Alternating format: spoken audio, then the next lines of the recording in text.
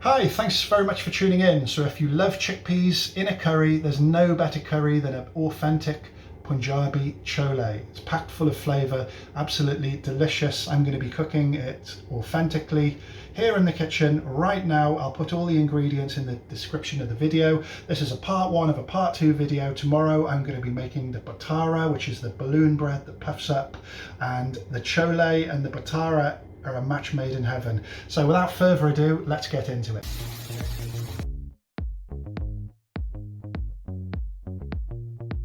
About a kilo of chickpeas there, 2 tea bags. Use your favourite tea, simple as. And we're just going to fill the bowl with water, and we're just going to boil those tea bags to stain the water with the tea. And in the meantime, we've got some whole spices here, some pepper, some ajwain, green cardamom, 1 black cardamom, a little bit of cassia bark and some cloves. Just going to dry roast those. We're going to be making a whole spice mix in addition to powdered spices, as we're going to see shortly. 2 Tejpata or cinnamon leaves to the tea, and a little bit of salt. It's quite a strange combination, tea and salt, but there's a lot of countries that favour salt in their tea over sugar. Those slow roasted spices, I've just put them onto a cool pot. We can blend those into a fine powder, like so. So continue to boil the tea, the tejpata and the salt. In with the powdered spices into a bowl. That certainly smells very aromatic. We're just going to make our spice mix now. So we've got some chili powder. I'll put all the quantities as I mentioned in the ingredients. Some turmeric, some cumin powder, and about double the amount of cumin powder to coriander, and a little bit of anchoor, which is dried mango. So we've got our spice mix there. So just give that a quick stir, and we've got an amazing little masala powder. It's been boiling around 10 minutes now. We can take the tea out. Some people use a little muslin sack, but this is just a simpler method.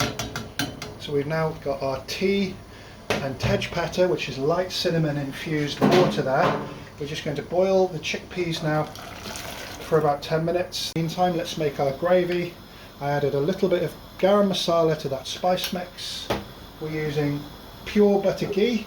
Use desi ghee if you want. It's a little bit higher quality, a little bit more expensive, but it's all to your preference. Use vegetable oil if you like, or sunflower oil, not a problem, but I just like the authenticity of using ghee for this recipe. Now the ghee's heated up, I'm using 2 large onions. I'm using red onions that have been blended into a puree. So you need a generous amount of oil because you really need to cook those onions thoroughly, get rid of any raw flavours. Those onions, I can't smell any raw aroma, and they're starting to darken. So next, in with the ginger and garlic paste, and make sure you cook that out thoroughly as well. Next we can add our masala or spice blend. Will certainly thicken up the sauce. So again, the spices need cooking through thoroughly as well. So add the split green chilies to taste, and also salt to taste. Remember, there's a little salt in the chickpeas as well. You can see how dark and thoroughly cooked that is. I've got 700 grams of tomatoes there. You can either use passata, which is already blended for you, or you can blend some really ripe red tomatoes. The choice is yours. And again, we need to cook the raw flavours out of the tomato. We're just going to give everything a good mix, bring it to the boil. If it starts to splutter, just simply add a little bit of the chickpea water. The oil is starting to split. We're just going to continue to allow that to happen. Let's add some kasuri methi, scrunched up really fine, so dried fenugreek leaf. Any form of fenugreek adds a superb taste to all curries.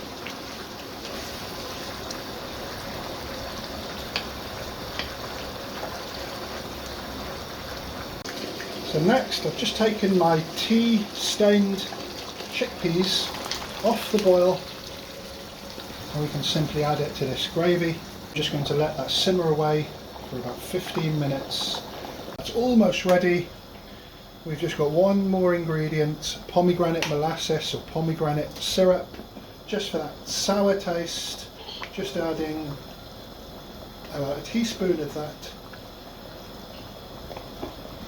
You can use lime juice if you want, or lemon.